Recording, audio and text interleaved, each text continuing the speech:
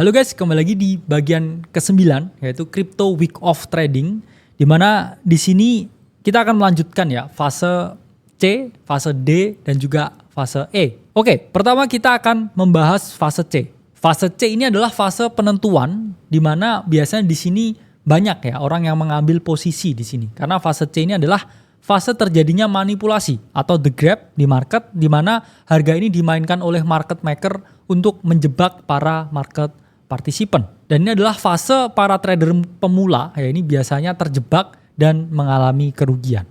Fase ini adalah fase di mana para market maker, ya ini mengambil liquidity dari para pelaku pasar untuk kemudian menggerakkan market ke arah yang mereka inginkan. Dan fase ini hanya memiliki satu elemen ya dalam week of akumulasi, yaitu adalah spring, dan memiliki satu elemen juga ya dalam fase distribusi, yaitu adalah UTAD atau Uptrust After Distribution. Oke, ini adalah fase C dalam week off, yaitu adalah fase yang namanya stop hunt ya, liquidity grab.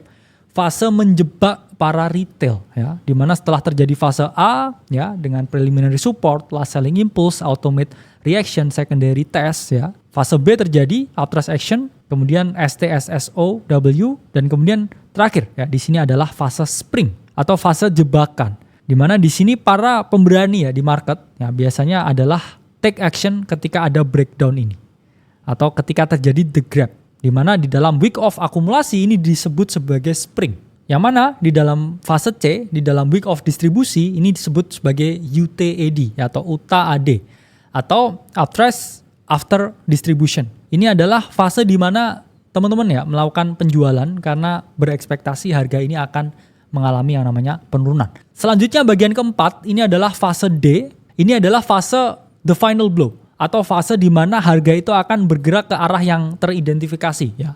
Harga akan mengalami breakout atau breakdown di sini.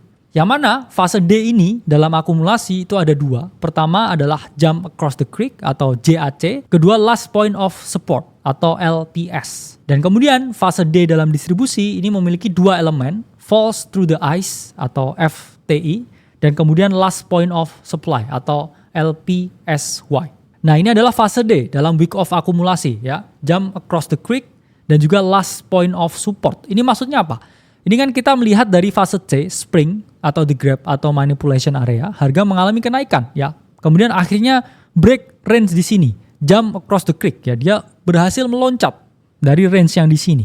Dan kemudian dia melakukan yang namanya retest ya atau last point of support. Karena di sini, oke, teman-teman harus pahami ya, harga itu selalu mengalami retest kalau di dalam skema week off. Dan di dalam week off yang distribusi, setelah UTAD atau UTAD, di sini harga falls through the ice atau harga turun ya, seperti harga yang di dalam bongkahan es yang jatuh ke bawah. Kemudian di sini dia melakukan retest ya, last point of supply, LPSY, kemudian baru dia mengalami penurunan. Ingat ya teman-teman, di dalam week off distribusi, harga itu selalu melakukan retest sebelum dia mengalami penurunan. Nah, selanjutnya bagian kelima atau fase E, di mana di sini ya adalah fase ketika kereta sudah bergerak ya meninggalkan stasiun atau bergerak keluar ya dari zona sebelumnya. Dan di sini fase E dalam akumulasi itu terdiri dari dua elemen. Pertama sign of strength atau SOS, dan yang kedua adalah last point of support atau LPS. Dan kemudian fase E distribusi ini memiliki dua elemen. Pertama adalah sign of weakness atau SOW, dan kedua adalah last point of supply atau LPSY. Di sini kita lihat ya, ini adalah fase E dalam week of akumulasi setelah harga ya lolos ya dari fase D, jump across the creek dan juga LPS. Di sini dia membentuk SOS dan LPS ya. Di mana ya ini sebenarnya ya higher high, higher low ya. Higher high, higher low lagi. Yang mana kalau kita lihat secara struktur di dalam week off setelah terjadi fase E, ini akan membentuk struktur market yang sehat. Yang mana dalam technical analysis yang biasa kita ketahui, ini dia developing higher high dan juga higher low. Dan sementara di dalam fase week of distribusi, dia membentuk sign of weakness dan kemudian last point of supply, sign of weakness, last point of supply, dan seterusnya. Atau lower high dan juga lower low. Nah memang week off ini memang sedikit lebih sulit ya. Sehingga dalam penerapannya, terutama di market crypto, teman-teman harus melakukan banyak latihan sebelum bisa mengidentifikasi fase-fase dari week off. Oke, sampai ketemu di modul yang terakhir.